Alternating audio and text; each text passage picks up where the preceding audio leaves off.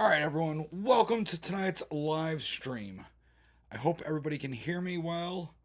The camera's over here, but I'll be looking down a whole lot. Need a little energy, little baby can. So don't mind me. All right, let's get into it. So some of you may have noticed that I've been covering 7042 for quite a long time now, and well, it's starting to pick up steam now across the nation. I know Collier Noir just did a video on it. One of you shared it with me. I actually watched it, and then I immediately started sharing it with my friends, and at the same time they were sharing it with me. I thought it was funny. So we're gonna break down kind of all the things that have been going on lately in the news, and then we're gonna do a little deep dive into 7042. The bill has changed dramatically. There was a news conference that they had put on, and they kind of let things slip. And then, of course, we have some other things that we'll cover. All right. So let's get right into it. Forgive me, I am literally a one-man show down here trying to run OBS and everything on my own. All right, first and foremost, if I can get it up and running.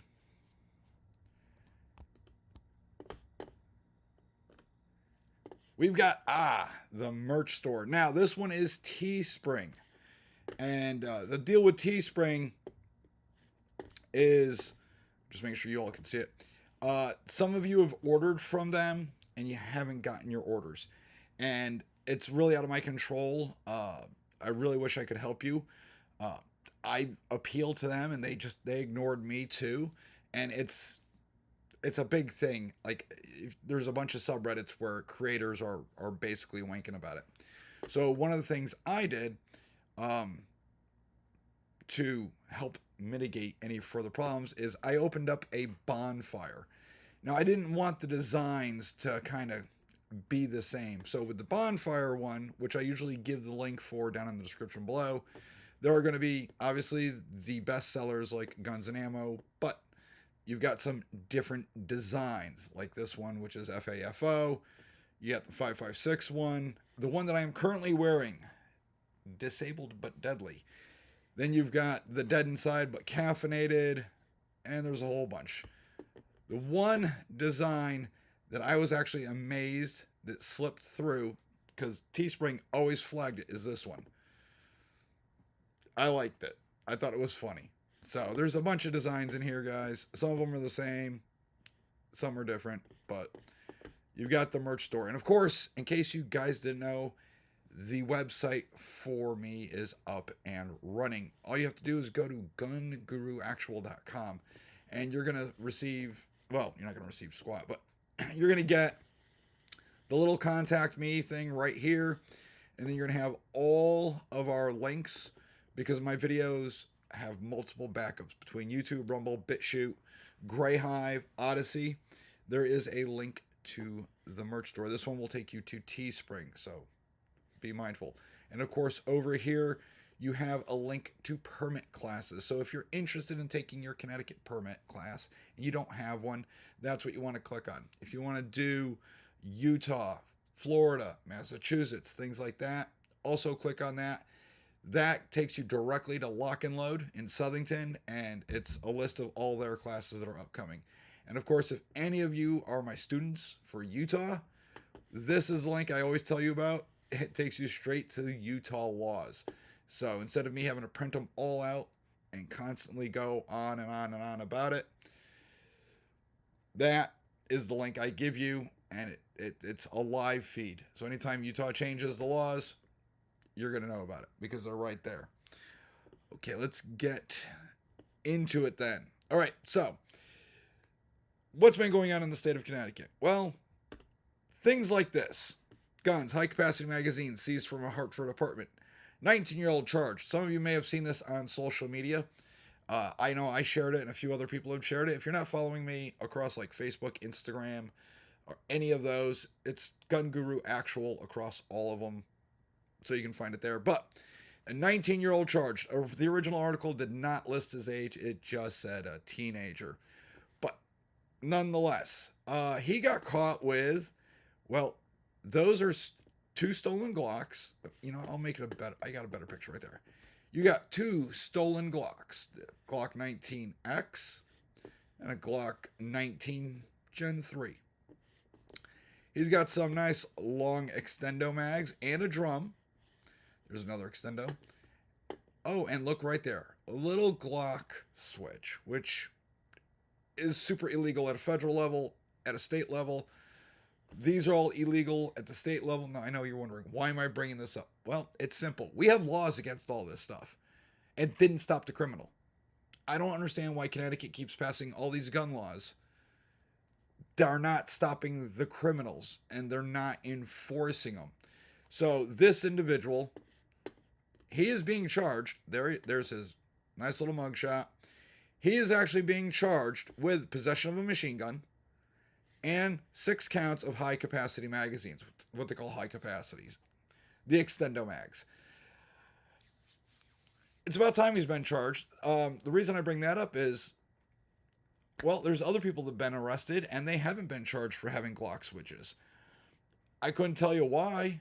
It's really illegal. It's illegal to modify a gun like a Glock to shoot full auto. You're taking a semi-automatic and converting it into a full auto.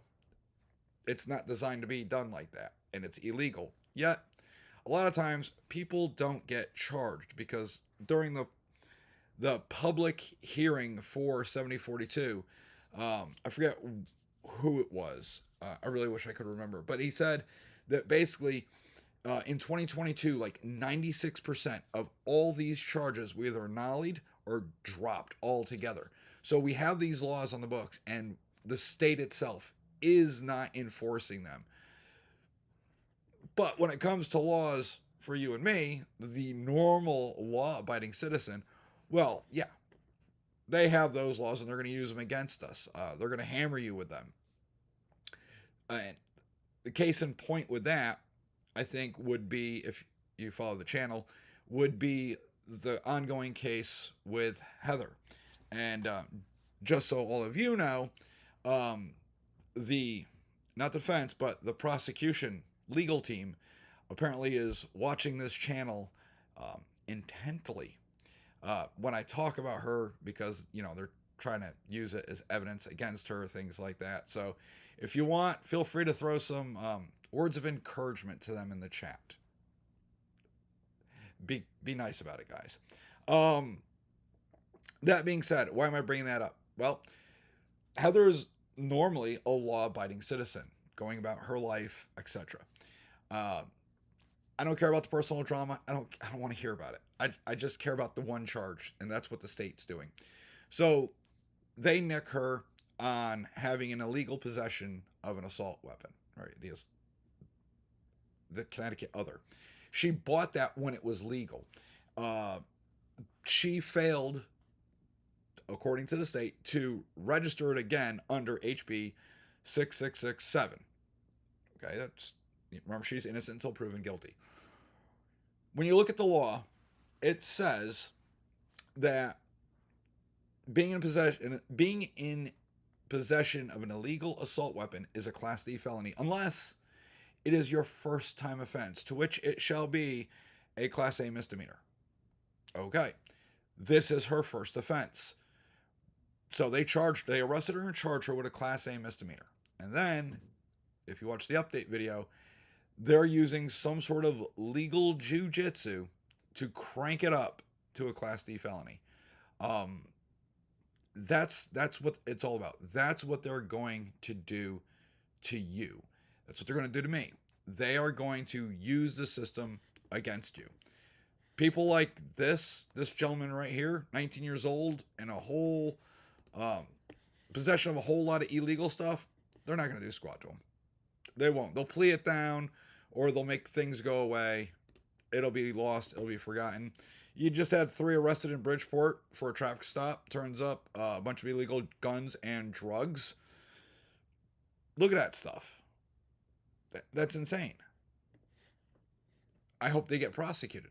They get their day in court and all that. But I bring this up because right here, I covered this about a week ago.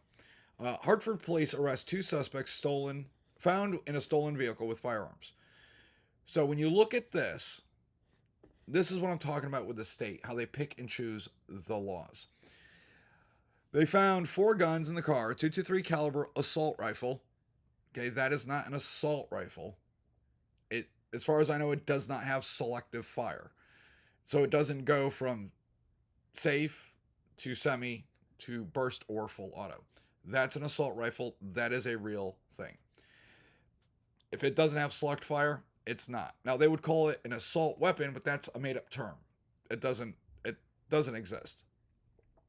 He had a Glock pistol that had the serial number obliterated. It was converted to fully automatic firing. You can see right here, there's a Glock switch.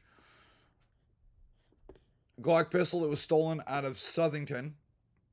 It is not the one from the FFL break-in, but I guess somebody had their Glock stolen in Southington. A revolver and 2 high-capacity magazines. That is an extended stick, and that looks like a standard capacity. Here's what I'm talking about. So, charged with theft of a motor vehicle, larceny, second degree, possession of a pistol without a permit, and weapons in a motor vehicle, among other charges. Samuels was charged with possession of a pistol without a permit, weapons in a motor vehicle, possession of an assault weapon, theft of a firearm, obliterated serial number, and possession of high-capacity magazine. And that's the end of it. Where's the charges for the switch? Where's those charges? Why aren't they charging them with that? Now, some of you, because I had made a comment on social media about that, some of you reached out and said, hey, listen, the reason they're not doing that is because that would bring in the feds. And then New Haven, or wherever this happened, Hartford, would lose their collar. I don't care about their collar. I care about enforcing the laws that exist. It's illegal to do that, and they don't care. It feels like it's a 2-tier justice system. And I've talked about this in the past. Rules for thee, but not for me type thing. They pass a law, but they'll hold your feet to the fire. They'll hold you completely responsible for the whole thing. Yet when the criminals get arrested, it's not their fault. I literally had someone tell me, well, you know better, Todd. You shouldn't break the law because you know better. These criminals, well, they don't know any better. It's not their fault. And that's why we go lenient on them. And it occurred to me, I had heard something like that before. In one of the posts I did a couple of days ago, I actually found it. I remembered it. Many, many, many years ago, I read Gulag Archipelago. And that's one of the lines in the book. That criminals don't know any better. It's not their fault. You, as a law-abiding citizen, you do know better, and that's why you're held to a different standard. Now, that whole book is about gulags, and it's about like Soviet era stuff, and it's a really good read. Like I said, it's an older book, but if you've never read it, you really should, because you're gonna read that and you're gonna be like, damn, I live in Connecticut, and this book sounds like where I live. It's insane. That's where we've come. I feel like we're in the Gulag Long Island Sound. There's no archipelago.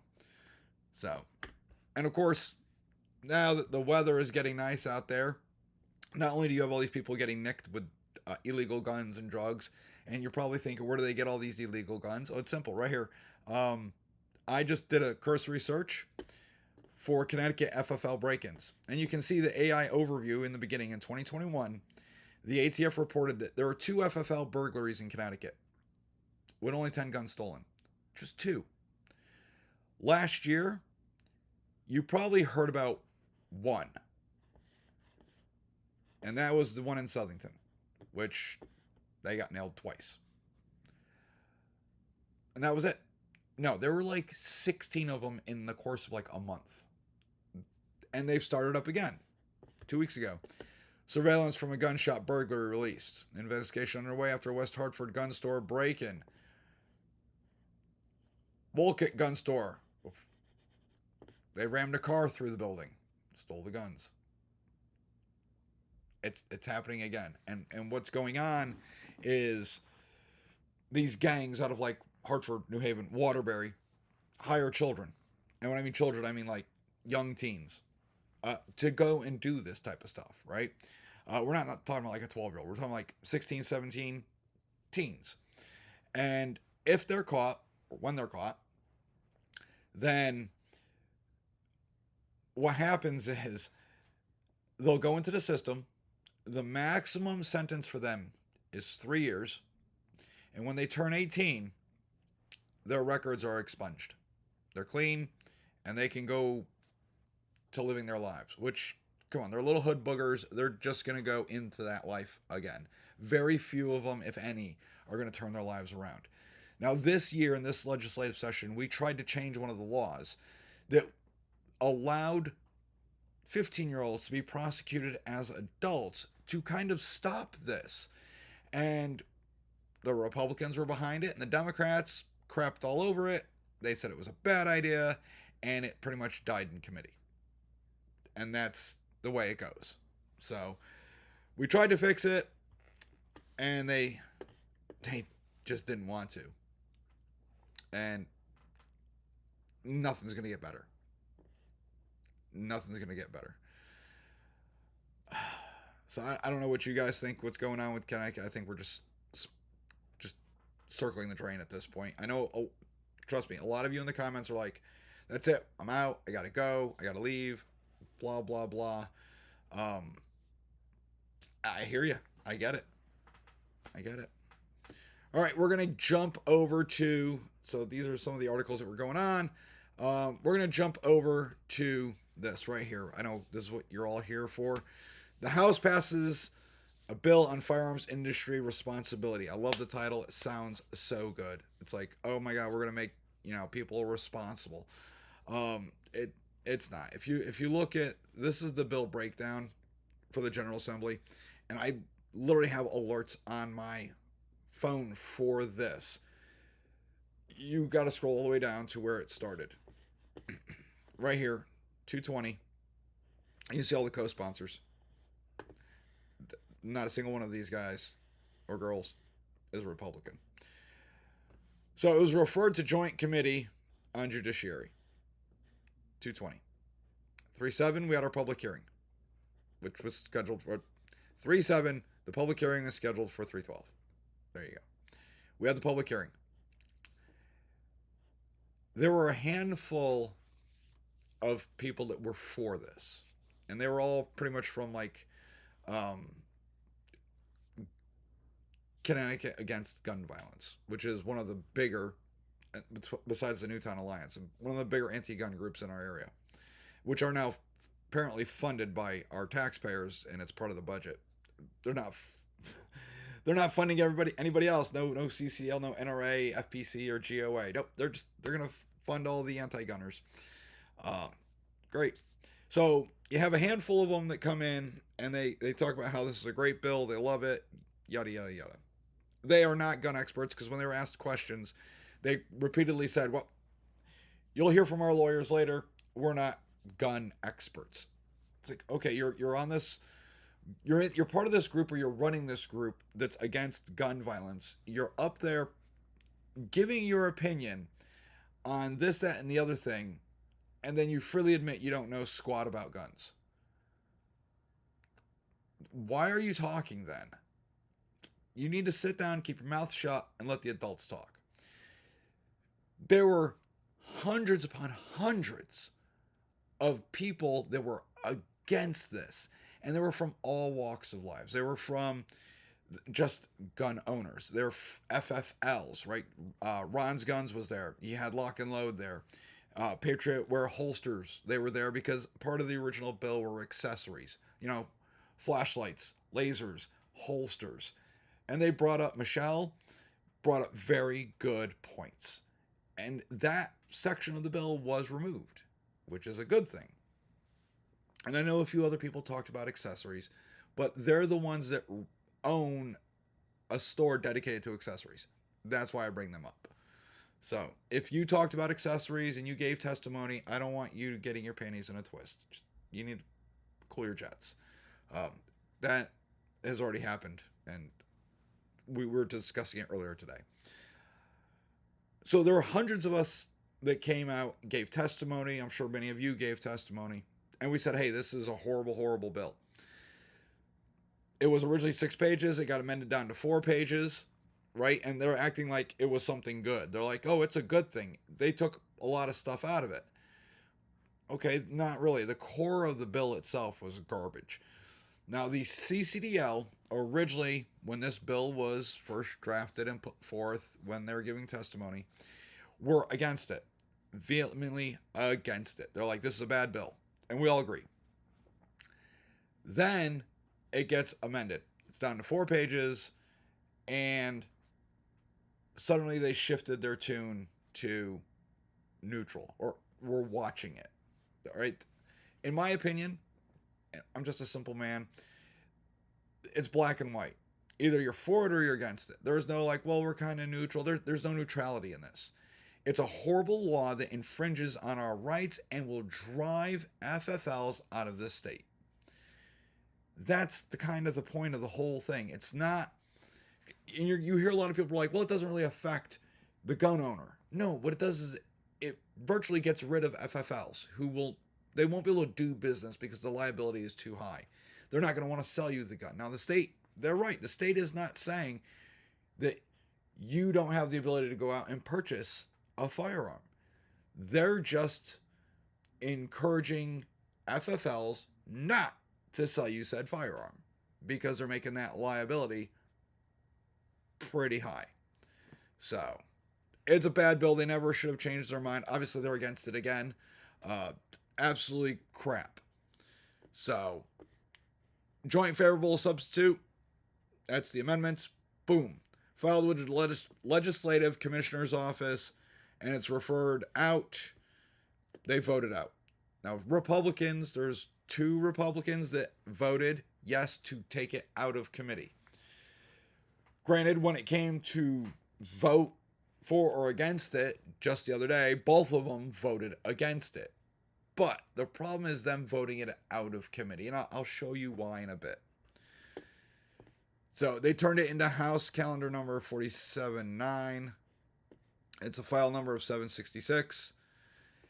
They voted on 2 amendments, A and B. 1 failed, 1 passed. The House passed the amendment, A. B is what failed. Got a favorable report. It's calendared. It is now at the Senate. It is calendar number 429. Filed number is 819. And now we're just kind of waiting. And you can see, if you guys don't ever go to this website, it is the General Assembly's website, and you can track bills. And at least you can see what was raised, what was changed when it hits the Senate, or when it hits the House, when it hits the Senate. You can see the called amendments, the uncalled amendments. So there's a good history that you can follow.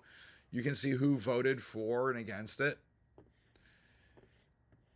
You can set up alerts. This, I've set an alert up, and every time there's a change to it, I get an email alert, and then I look for what's in orange. 2 to 4 days old is going to be in blue, and black is 5 days or older. So now, since this came out of committee and it got passed by the House, it's on its way to the Senate. I asked one of the state reps, what do you think, percentage-wise, this is going to get passed, go to Lamont's desk, and be signed? He came back with at least 95%. I've talked to some other people, and they're like, nah, it's more like a 99%. It's not going to go away. And I would kind of lean toward the 99%. I think this is going to pass. If this were to die for some reason, I think, honestly, it would be a small miracle.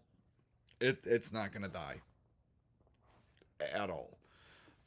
So I think this is going to be probably one of the final nails in the coffin when it comes to your Second Amendment rights in Connecticut. So, and I know a lot of people were talking about Plaka and all that stuff. They literally talked about that, and this is the response to Plaka. This is Connecticut's response to what Congress passed, protecting frivolous lawsuits for these different entities. Well, let me bring this up real quick. So, in case you guys haven't ever watched this is the Connecticut Network. This connects you with your government, right? So anytime there's a press conference, anytime they're voting or anything like this, you can literally go to ct-n.com and it's all live streamed right there. It's like Connecticut C-SPAN. When I've done some video breakdowns, like when I did the breakdown of all the oral testimony for HB 7042, this is where I get the videos. I do have a POC there who shares the videos with me. You can request them yourself. You request a little download link and I'm able to cut it up. And usually in the description below, part of the deal is I can use the video, cut it up, and down in the description below I give you a link to the regular raw video. This right here that I want to bring up is a press conference they had on the 28th. And I'm going to be skipping around and kind of talking about what they're talking about, and then we'll get a little deeper into some other things. Okay, first and foremost, we're going to skip. I had to watch this whole thing and kind of give myself timestamps. All right, we're going to skip to the 43-second mark. Close enough. I think it'll be... I don't expect unanimous support for the bill, but we've worked really hard on this. There are 3 pieces to this bill that are going to be heard together, and all of them came out of the Judiciary Committee with at least some level of Republican support. Right there. It came out of the Judiciary Committee with Republican support. Both those Republicans voted against it when it counted, but they voted it out of committee. That was one of the things I wanked about. Okay, yes, they were able to amend it and carve it down from 6 pages to 4 pages. And I get it's politics. You got to wheel and deal. But then they get to use that against us and be like, hey, listen, it's not a one-way street. We had Republicans that voted for it, so they must be in favor of it.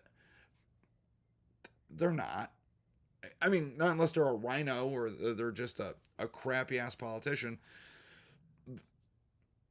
They should have all been against it. But that is what it is.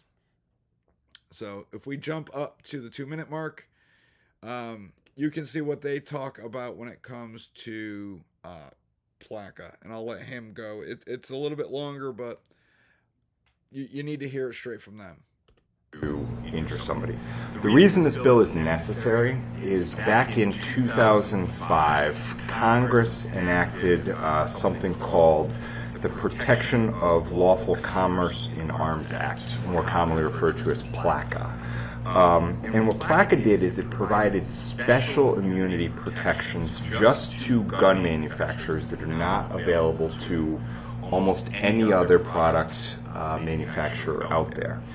And so what that has done is it's provided really untoward protection to gun manufacturers and has deprived victims of their rights to seek compensation in our courts when they are injured by a firearm.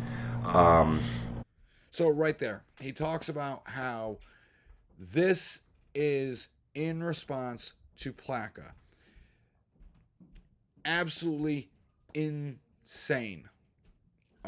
While you guys were watching that, I was sending a text because there were some papers I wanted to bring down with me into my little studio. I left them upstairs, so I have someone bring them down to me so I can kind of review and go over it and show you. I was able, digging around, I was actually able to find what this bill technically is all about. They freely admit it. And we're going to jump to the 5-minute mark, and this will kind of shock you. I just got to scrub to it. All right, this is close enough. And it's been blessed by the Chief State's Attorney's Office as sort of a cleanup to existing law. Could you explain the Koskoff suit against Remington and how, in relation to this, he... Yeah, good point. So the Koskoff suit against Remington was brought under Connecticut's Unfair Trade Practice Act law. So we have an Unfair Trade Practice Act which generally allows civil enforcement actions where there is some sort of kind of trade practice, right? So you know, kind of the marketing piece to this. Your man card? A little bit, yeah. Show us your man card, you know, get this gun type of deal. It's the marketing piece. But what the CUTPA law doesn't cover is it doesn't cover unreasonable failure to prevent sales to individuals that pose a risk to public safety. So this will go further than our current CUTPA law does, because CUTPA primarily applies to illegal marketing and advertising. Okay, so if you guys don't know what that is actually the Sandy Hook lawsuit. When I did the breakdown of all the public hearing stuff, one of the lawyers that was for the Sandy Hook families against Remington was talking about all of this. He's the one that had the little Target bag. To me, I know it's bad. I really know it's bad. He reminded me of a goblin from Harry Potter. That's just what he looked like to me. But the reason I'm bringing that up is the other day in the mail, I got the American Rifleman. Now, normally, I just toss these. For some reason today the other day I decided to look at it. And inside, they have a whole article. If you're an NRA member, I'm sure you guys get this too. SCOTUS considering PLCA as anti-gun lawfare returns with a vengeance. And I highlighted a whole bunch of stuff. Because this is what they're talking about. PLCA was ultimately about the industry that enables American Second Amendment rights as regulated, and it goes on and on. It talks about that stuff. Basically, it was to cut the expense of litigation from frivolous lawsuits. And this article is talking about how states, much like Connecticut, are using lawfare to go after them. Things like holding the FFL responsible. Now, even if the FFL is ultimately found innocent, what they're doing is they are ruining them with the expensive litigation, destroying their reputation from accusations of some sort of wrongdoing, embarrassment or competitive disadvantage of having one's private or business affairs aired in court. And the final one is effort and travel expenses just for this litigation. That's what they're doing. This article does a really great job because it's talking about the Supreme Court dealing with PLCA and defending it. But as I was reading through it, second page of the article, it says, a new generation of lawfare activists, nevertheless, hope to shoehorn ever broader theories of liability into narrow exception. Their big breakthrough came in 2019 with Soto v. Bushmaster, in which the Connecticut Supreme Court validated the use of state law banning unscrupulous advertising, which had never been used against a gun company. As a predicate statute, that case set the stage for the bankruptcy of Remington and provided a roadmap for anti-gun activists to find or legislatively enact new predicate expectations. Welcome to HB 7042. We did it to ourselves when our courts let the Sandy Hook families go forth with their lawsuits. Now, he'll get into the marketing aspect of it. Let's hear from him. Would be to failure to implement reasonable sales. So if you know your products are getting into the hands of of gun traffickers, and there's a way for you to prevent that from happening, and you're not doing it, this would allow civil action in that instance as well. Okay, I'm going to stop right there. We already have a ton of laws that prevent this. You can't straw purchase. State of Connecticut, you can't buy more than 3 guns a month. Like, granted, I get to do 6 because I'm an instructor, but normal people, 3 handguns a month. You can't sell to somebody if they let you know basically it's a straw purchase, if you think it's a straw purchase. FFLs have the ability to just tell you no. They have no duty to sell you a gun. If you come in acting all squirrely or shady, they can say no and kick you out. That's it. End of story. And we have a ton of laws that prevent guns from being sold unlawfully. There are federal laws that govern all of this. But Connecticut, well, we need special laws. We need laws on top of laws, and we need to make things illegal that are already illegal, and then we'll make them illegal some more. All right, let's hear from them. Marketing, is that the key thing? That's how it's getting into the wrong hands? Well, I think it's both. I mean, like I said, under CUTPA currently, there's been at least one suit where where a gun manufacturer has been held liable for sort of wrongful marketing, wrongful promotion of their product.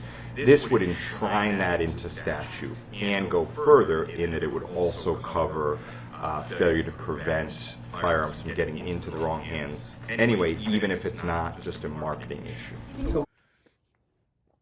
Because Connecticut allowed the original suit with Sandy Hook, and our Connecticut courts used a very nuanced approach to allow it to happen, it opened up the door for all of this. And like he said, he's like, well, we did it, and now we're just kind of codifying it in state law so we can just do it more. That's what it's coming down to. He talks about bump stocks. You guys got to hear this. You got to hear this. With the first thing that you mentioned, requiring gun manufacturers, and I apologize, I was cutting this late. What exactly are you requiring gun manufacturers to do that they're not doing?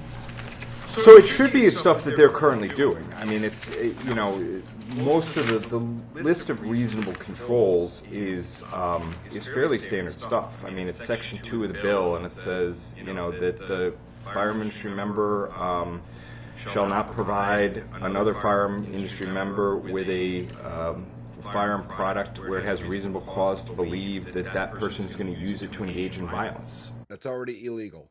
Why are we making illegal things more illegal? It's already illegal. You can't make things more illegal than being already illegal. Right? I mean, if they know they're going to use it to engage in violence, if they know they're going to use it to promote an unlawful use. Again, if somebody comes into an FFL and they're like, oh, I like that handgun. It's a very nice handgun. I'm going to go use that handgun to go rob Cumbies down the street in about 10 minutes. You're not selling them the damn gun. All right? You understand, when you go to an FFL, all right, it is not Minority Report. They talk to people, they engage with them, and yes, they are trying to get a read on you, but they don't know what's in your heart. If you're an utter psychopath, and you go in there and you act completely normal, you have a permit, you've never broken any crime, SLFU gives you a green light and a transfer number. Sell them the gun. And then they go off and the little voices in their head tell them to do the bad things. That comes back to the FFL. The FFL has no idea. And that's the crux. That's what's going to cause the FFLs to not want to sell guns pretty much to anybody.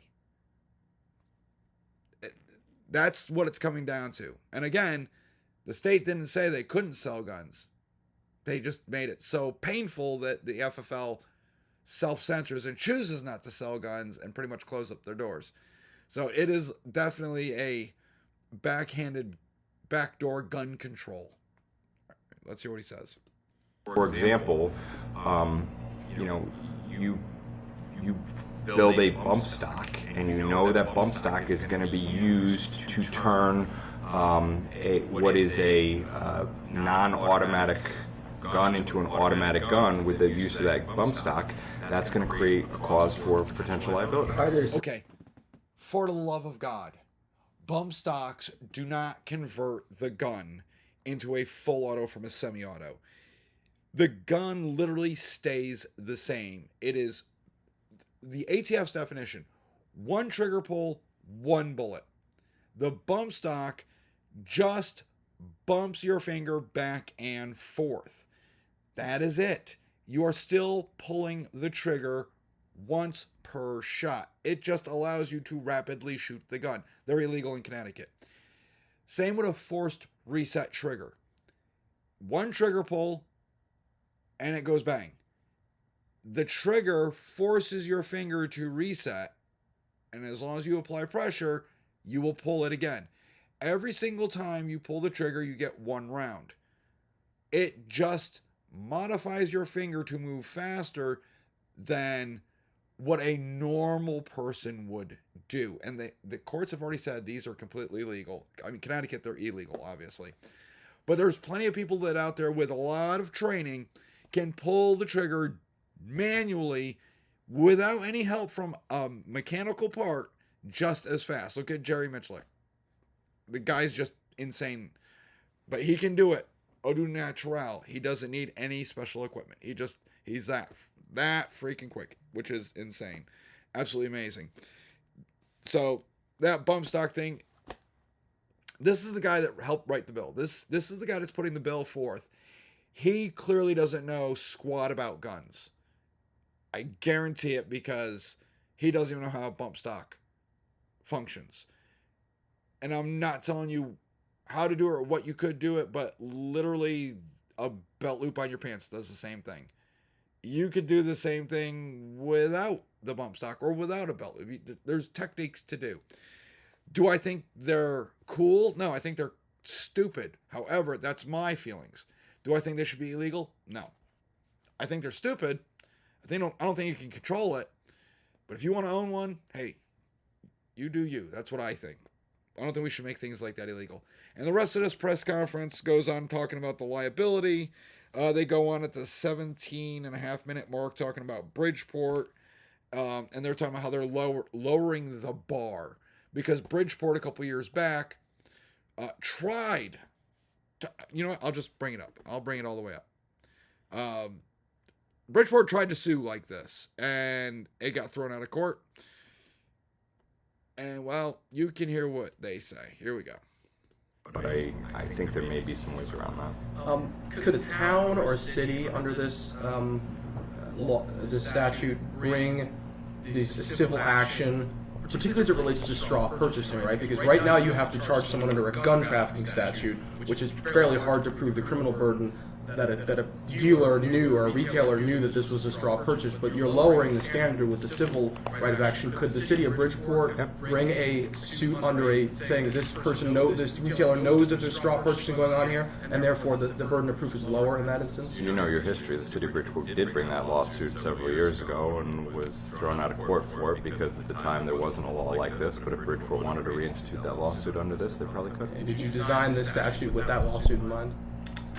Not that specific lawsuit, but lawsuits like that have been attempted over time, and there's been a lack of standing. Like I said, I think the Fire Industry Accountability Acts have become sort of popularized in a number of our peer states that are serious about gun safety, and this is an area where, like I said, 9 other states have done something similar to this. We consider ourselves a leader on gun safety legislation in Connecticut, and I wouldn't call it gun safety. I think Connecticut is a leader in curbing our rights. That's what I think. Thank you to Mrs. Guru for bringing my paperwork. I can't believe I left it up there. Busy trying to bring down a bunch of other notes and things like that. And, well, I left half of it up there. So, thank you for bringing it down. Okay. I wanted to cover when we were talking about these two right here. The called amendments. One passed, one didn't. The one that was voted down, I think it's important that you guys know this. So what was that First Amendment? Okay, the one that was voted down, which would be, that's the tally sheet. I'm just looking for it so I can see which one's which. Fiscal note. The fiscal note was funny.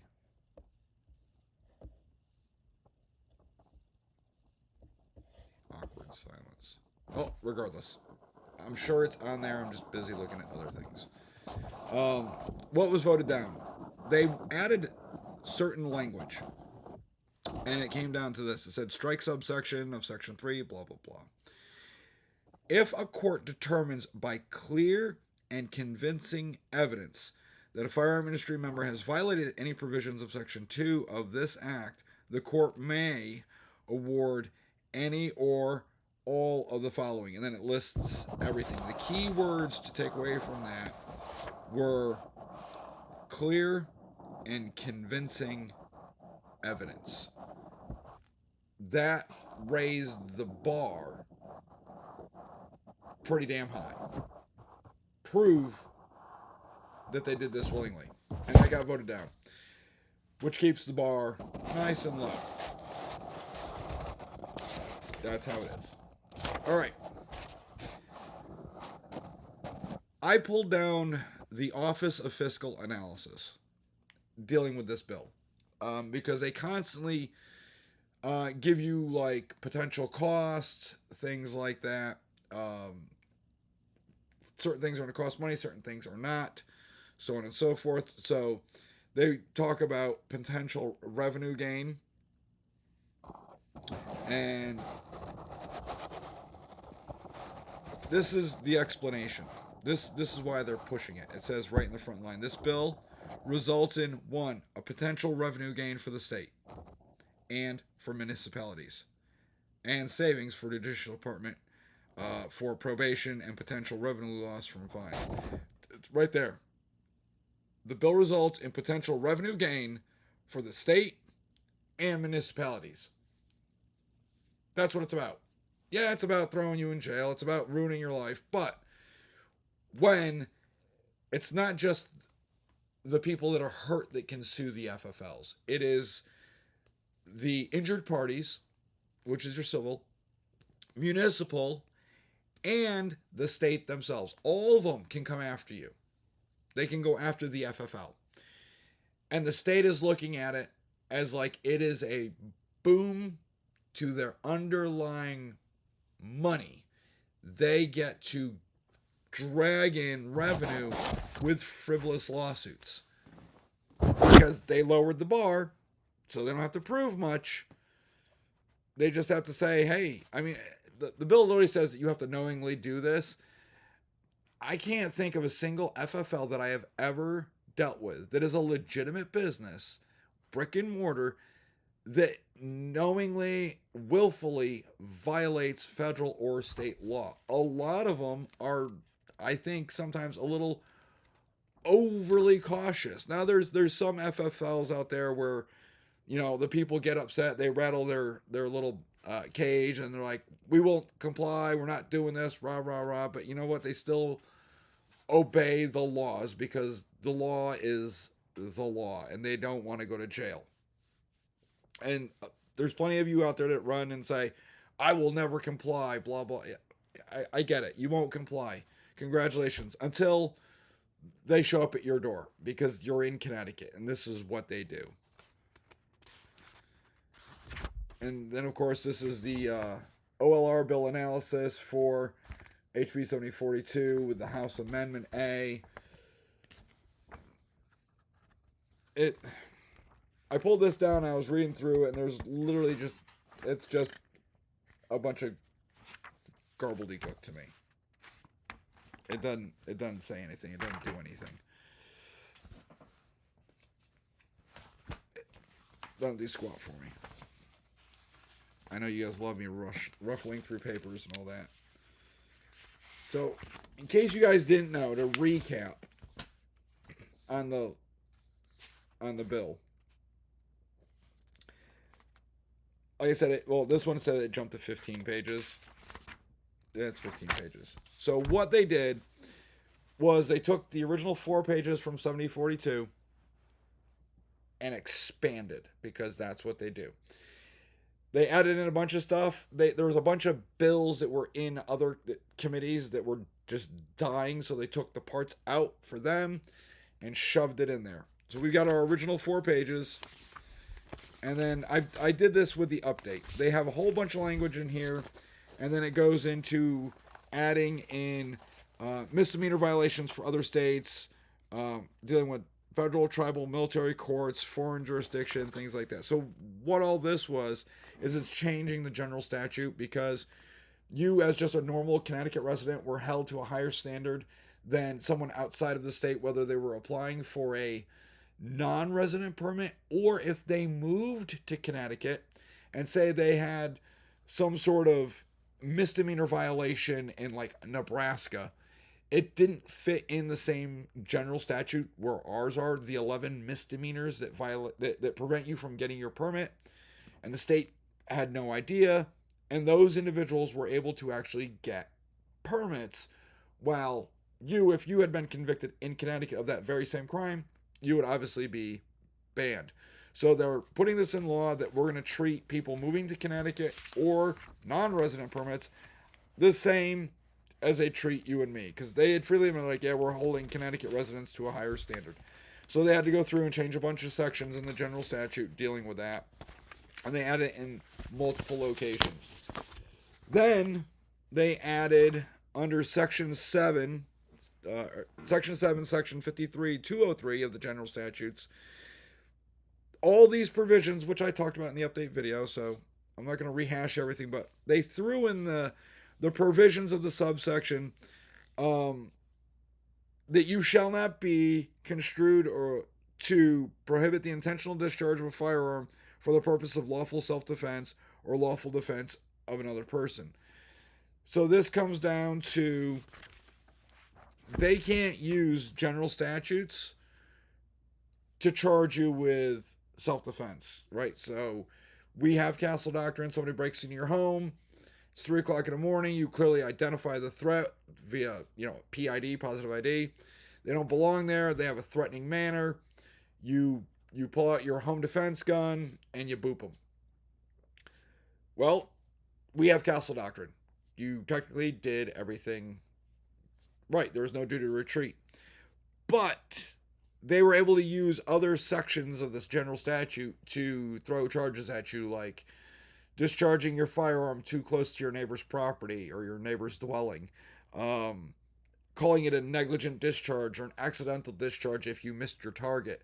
You missed the bad guy, and you hit the wall, hit the floor, hit the ceiling because you're freaking out.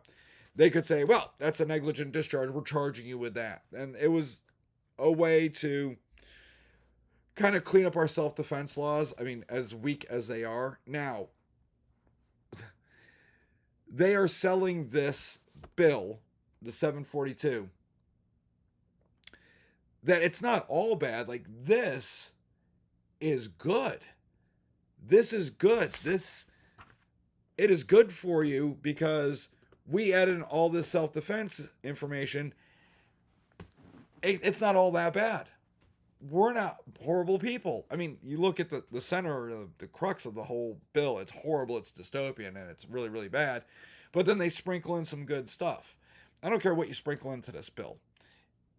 When this law is passed, it is going to just destroy the Second Amendment way of life here in Connecticut. Like, nothing is going to be able to be done. The one law that they were trying to pass was identical to this, but it would make you responsible for whatever happened to your gun, like if it were stolen. That died in committee. That went nowhere. But this one, because it doesn't affect you, an individual gun owner, it only affects, the FFL. So that's how this one was able to get through. Obviously, some Republicans voted for it to get out of committee.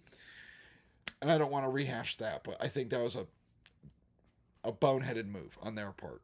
They should have just opposed it. It would have made it out of committee with or without them. And I get it that he probably made a deal, Fishbein probably made a deal that I will vote for it to come out of committee if you allow me to make these amendments.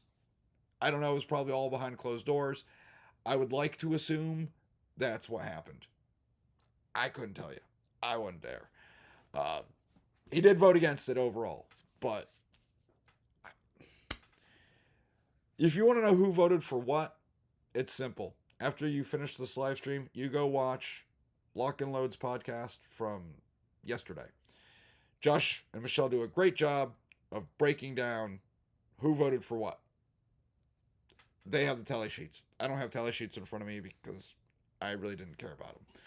So, and talking with people, when it came to these few items that were sprinkled inside the bill, I don't care what you put in there. It's a bad bill. I mean, you could put like a Second Amendment wet dream in there. Like, you know what? We're going to make FFLs liable for this, but we're also going to change the law to where you can have standard capacity magazines in your handguns. I'd still be against it. If they're like, we're going to pass it to where the FFLs are liable, but we're going to undo the changes and you can have your Connecticut others back. No, it's not worth it. It's like selling your soul. It's like, oh, I really like that. I really want that. And in order for you to get that one little nugget that you like, you have to sell your soul to the Democrats. And you could potentially ruin all the FFLs throughout the state of Connecticut. It's not worth it. All right. And I know I've heard from people in the know with certain pro-gun agencies that are, trying to defend their stances on things. Like, but we're getting some good things out of this bill. It's like, I don't care what you put in there. None of it's worth it. This is a hands down horrible dystopian law. And I pray to God the Supreme Court gets off their cowardly rear ends and ratifies PLACA, letting the states know they can't do stuff like this. Give us national reciprocity, all the stuff. Just fix the damn laws, because right now we have all these states, Connecticut, California, Washington, Illinois, Massachusetts, Rhode Island. They're just running roughshod all over the Second Amendment. And they're just ruining everything. It's time to go at this point. I think New England and all these other states are just, I hate to say it, they're lost causes. Because no matter what you do, you're not going to change anything. You are outnumbered. And I always hear people like, oh, don't be so black-pilled. We can rally together in November and vote these. No, you can't. No. Because no matter what you do, you're going to lose in the end. And even if you put in the person you want, they're probably weak on gun rights. They're probably a rhino. I mean, you look at, okay, governor. We got Lamont. Okay, Lamont, well, everyone knows how I feel about Lamont, okay? I don't like him. I don't like his politics. I don't like what he's doing to the state, so on and so forth. Now, we have the mayor from New Britain, who's a conservative, who's talking about, she has an exploratory committee, she's talking about running against Lamont. And that's obviously Lamont's going to run. And then we got her. Well, when you look at her record on the Second Amendment, it's not as bad as Lamont's. It's still bad. I mean, you try to get a gun permit in New Britain, it's near impossible. You're still waiting forever. I have no idea. I mean, maybe I'm just black-pilled, guys. I couldn't say. I'm strolling through, looking to see if any chats popped up, because it's 2100, so I figured I'll grab a couple of chats real quick. Get your super chats in if you can. It'll take precedent. Every little bit helps. Let's see. Clint. When will Connecticut just admit what we already know, that they're only disarming legal gun owners, and they're powerless over criminality that they themselves hadn't created with these laws? They're never going to admit it. Clint, they're never going to admit it. You know how many people I talk to that are absolutely clueless to how these things work? They have no idea. Today, teaching a pistol class, and when we go over the laws of Connecticut, and I asked them, I asked my whole class, I was like, okay, about a year and a half ago, they banned this, they banned that, blah, blah, blah, with HB 6667. Who even knew this happened? None of them.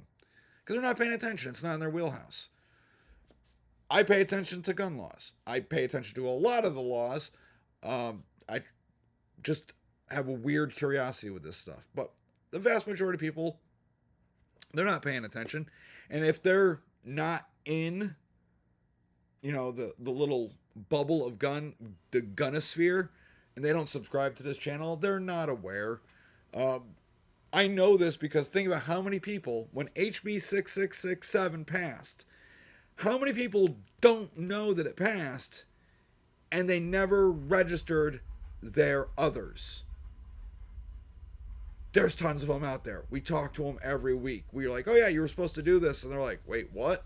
I had no idea. It's like, were you under a rock? What's going on? You hear rumblings. It's a furnace over there kicked on. I don't know why. The heat's off. The criminals know exactly what they're doing.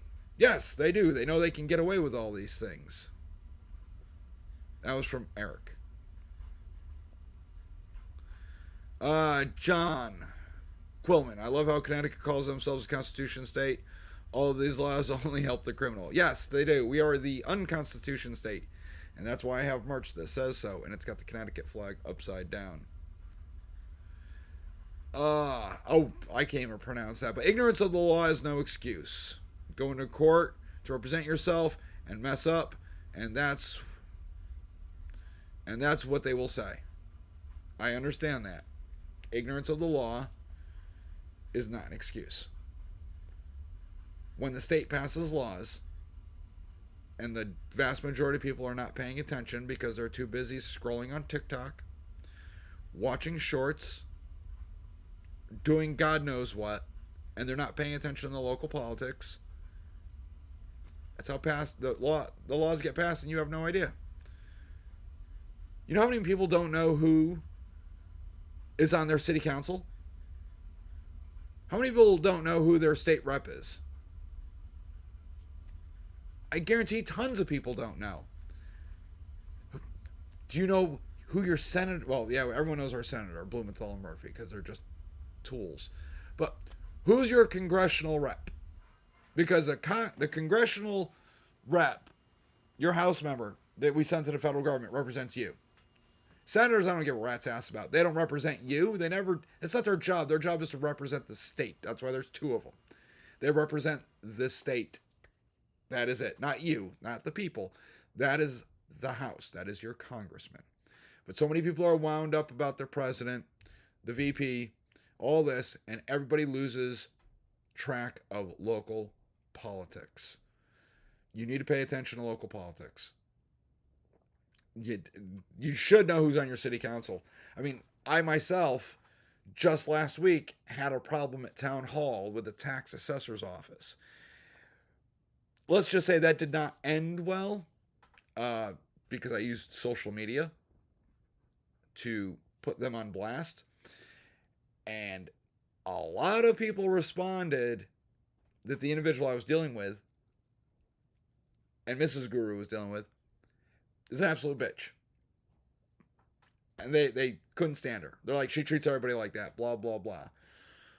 We made a complaint with the city manager. Didn't hear anything. The mayor here where I live has no power. The mayor is just a figurehead and ribbon cutter. He's a tool himself. But a couple of our city council members reached out, and they said that it was uncalled for.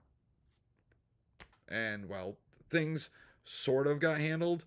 I did get an apology, and I was like, oh, that's cool. We got an apology, blah, blah, blah. I put it up online. And I said, yep, they sent me an apology.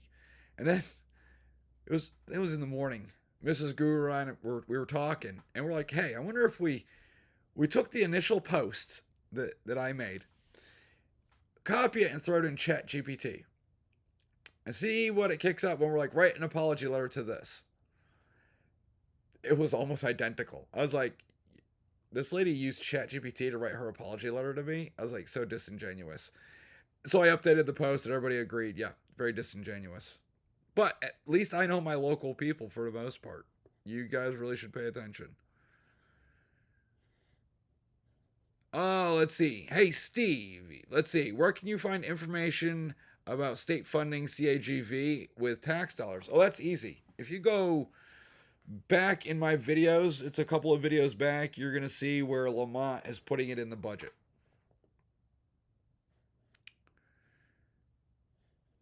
Civilian defense prepping 2 more years, and I'm out of here. Screw Connecticut. That is the sentiment I am getting from a lot of you. And trust me, I've heard some other people that said 7042 passes.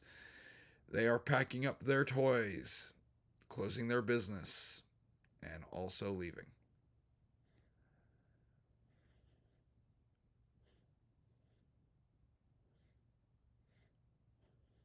Let's see, David. 1136. Your commentary is why legal citizens get so mad at the absolute hypocrisy because it doesn't match their agenda, optics, etc., etc. I have no idea what that means, but okay. David also responds with hope, happiness, and hallelujah for Heather. I don't think it's going to go well for her. I really don't. I think, I mean, she deserves a day in court.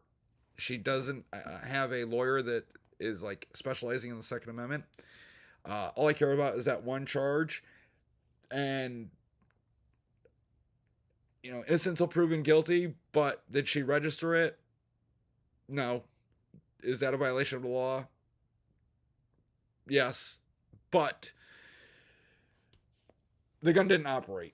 The police report says the gun did not operate. They had to fix the gun to make it operate, to throw charges at her. And then, okay, with all of that, should be a Class A misdemeanor. But then they use lawyer ways to crank it up to a Class D felony. There is something wrong with that. That is lawfare. See, after Newtown and the ambush in Bristol, everybody changed in Connecticut. No, they've always been that way.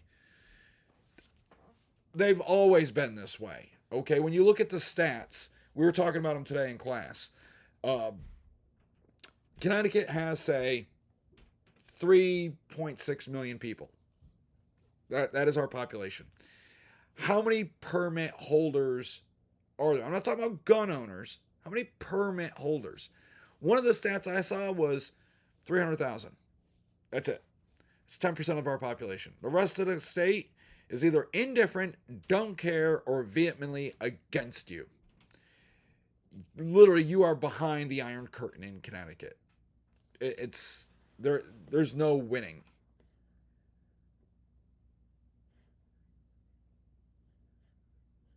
Let's see. What else did you guys say? Connecticut is the unconstitutional state. Yes, M. Gabriel, I agree. I agree. Let's see. Fire, reload, repeat. I dig the new logo. I don't know which logo you were talking about. Oh, down in the lower. Yeah, that is my retro logo.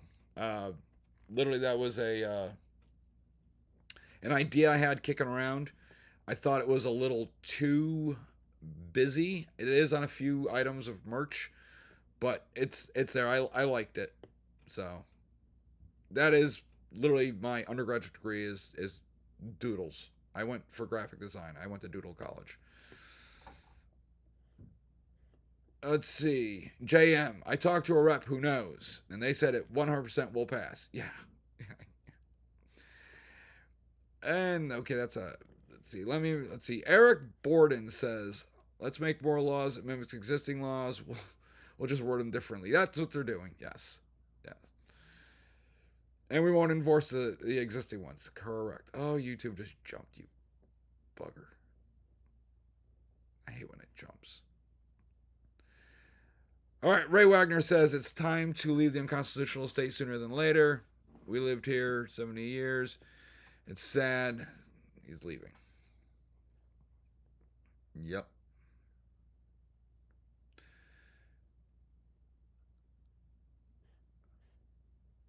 Not too many chats, guys. That's fine.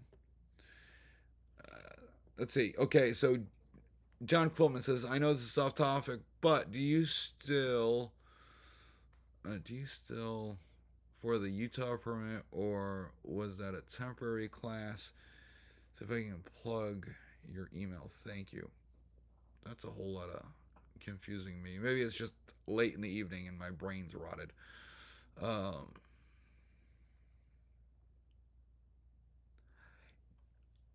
If you need the permit, if you need a Utah permit, you just email me and we can work something out. That's if you already have like a Connecticut state permit, things like that. If you're in need of your Connecticut permit and other permits, click on my link on the website and go to Lock and Load. Take the full class. We do Utah, Mass, Florida right after the class. That's going to be probably your quickest, especially if you haven't taken the class in a while. I know people are like, well, I've had my permit for years. Well, the curriculum changed and we have to teach gun laws now as part of our curriculum. And if you've had your permit for years, then you took the old class. You might want to take a refresher because there's a big chunk of the USCCA curriculum that doesn't dictate it. It gives you laws. It breaks it all down and you can see what it is. The NRA curriculum does not do that. It's not baked in. And the supplement that the state police gave is, well, lacking. I don't think it gives you as much information as the curriculum USCCA came up with for Connecticut classes. So take a class through Lock and Load. Come hang out with me on the weekends. Act 442403. Ooh, that's a good line. That's a long name. Sorry, I should have made my comment more clear as to the ignorance of the law. I meant ignorance of the law was referring to the statement criminals don't know any better. Oh, there you go. Ignorance of the law is not an excuse, but they use the excuse, the liberals, that criminals don't know any better, and that's why we treat them with kid gloves. That's why they do bad things, because they don't know that they shouldn't do that. I mean, I've heard it at the state level, at a federal level. The law is the law. You know, laws work for you and me. You and I are law-abiding citizens. We like, hey, you can't do certain things, okay? You can't take murder, for example, all right? You can't murder people. Yeah, duh. This is a very old law, like all the way back to Sumeria. Just don't murder people. I mean, it's one of the 10 Commandments. Yet people still do it because the law doesn't stop it. It just makes us, the law-abiding citizen, be like, yes, that's a good law, and we'll abide by that law. But the criminals still do criminal things, right? I mean, you're not supposed to break into places and steal stuff. Criminals do that. And when we decriminalize things, or we go weak on criminals because, well, they don't know any better. That's the problem. Okay, we go weak on the criminals. They don't know any better. We make excuses for them, and it gets worse because they know nothing's going to happen. So while you and I will obey the law because we're law-abiding citizens, they don't. They don't care. Look at California and their Walmarts and all their stores. When you go in, you want to buy a pack of gum. It's locked behind a plastic case with a bunch of stuff. Why? Because they had this stupid law that says you could go in there, and as long as it was under $1,000, you could shoplift, and they're not going to prosecute you. They're not going to chase you. So what happens? Crime explodes. You didn't make things better. You made them worse. Connecticut is just East Coast California.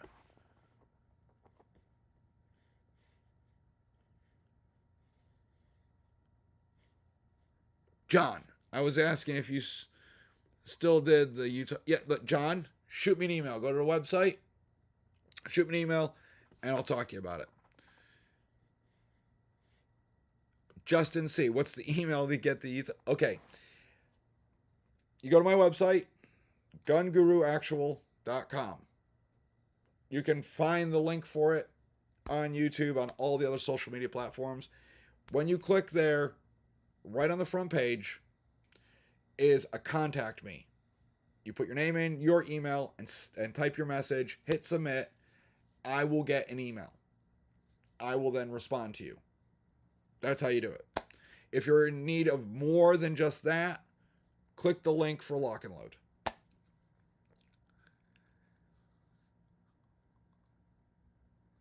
JD said it's like slapping a Band-Aid on a hemorrhage. No, it's more like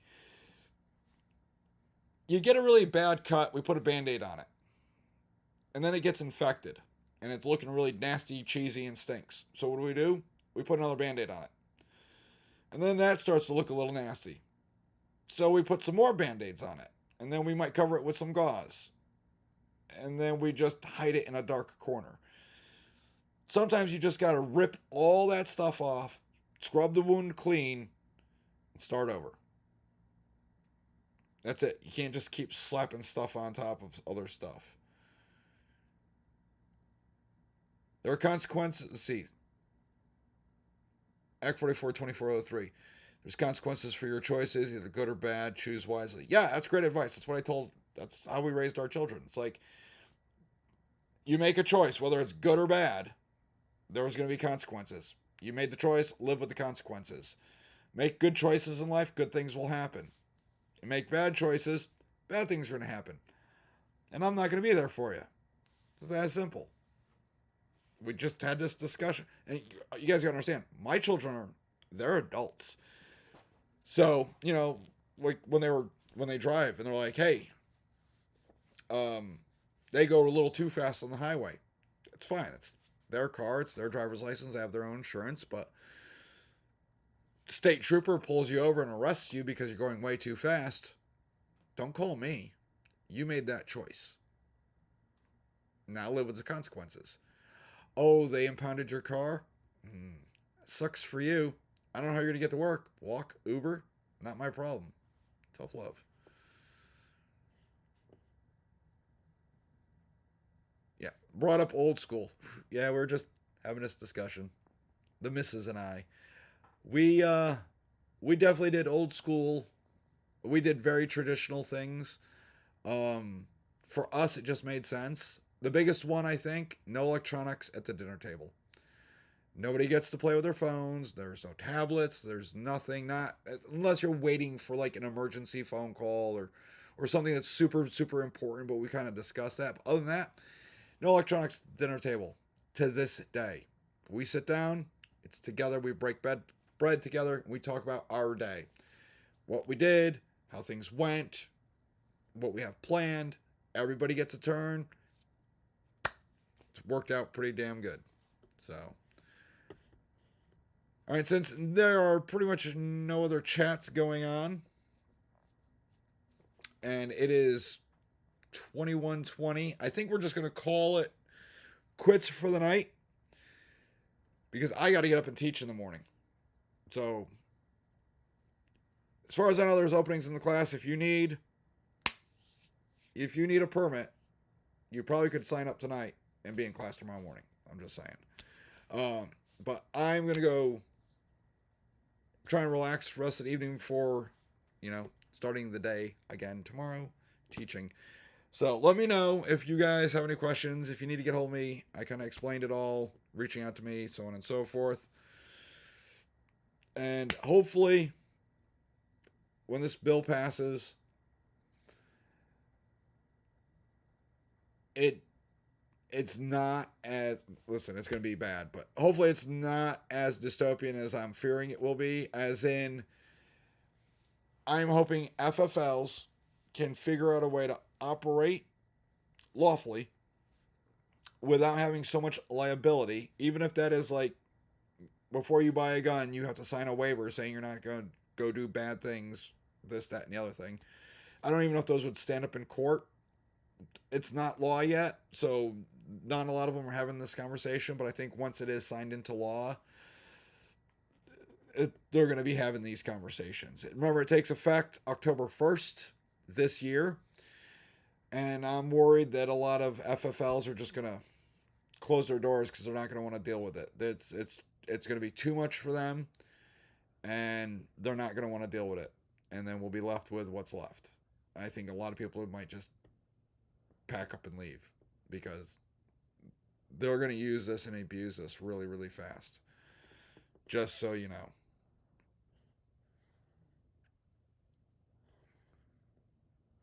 Oh, JD says, have you seen the new PTR can? It's getting a lot of hype. I'm waiting on my KGM FD9 can. There is production delays, but that is really... If you don't know what that is, a KGM FD9. It is a suppressor for handguns. Now, in the state of Connecticut, you can't own a handgun with a threaded barrel. You can have a handgun that has a quick disconnect barrel for quick disconnect whisper pickles, but you can't have it threaded. KGM has a design where it does not. It takes a standard compliant firearm and using the accessory rail or Picatinny rail on the bottom of currently Gen 5 certain Glocks and HKs, clicks right on and it suppresses the gun. They had no idea Connecticut was so restrictive. There are a bunch of them on pre-order. Then I got an email saying that there was a production problem and there was delays. So we'll see what happens. I hope that they start shipping in the next month or so, but when they're available, I'll let you know. I should be doing a review on one. Do I think that it'll affect the FFL insurance? JD, I think it will make the insurance companies drop the FFLs. The liability's too much. Remember, the insurance company is there to make money. And if they can be sued by a victims' families, municipalities, and the state, and they're all going to lose, as in the FFL is going to lose, and the insurance company has to pay out to all of them, I don't think insurance companies are going to want to deal with FFLs. I think they're just going to be like, listen, your state is too litigious, and we're dropping you. I mean, come on. They tried to sue Alex Jones for the GDP of France. It's against the Constitution. It's unreasonable punishment. You can't do that. You're like, we're suing Alex Jones and we want $11 billion. There is no way he has that kind of money. There is no way he will ever generate that kind of money. And they're like, and they admit it. The families were like, yeah, we just want him to go away and shut up. Well, sorry, but we have rights and he gets to speak, even if sometimes he sounds like a moron when he's, doing his podcast telling us the water's making the frogs gay. Turns out he was right. So, I mean, not like that, but turns out chemicals were really screwing up the frogs. So, I don't know. I saw someone that had a jar that said, every time Alex Jones is right, we put $1 in, and the jar was literally full of money. I thought it was hilarious. All right, guys, I'm going to call it quits for the night, and I will see all of you in the next video.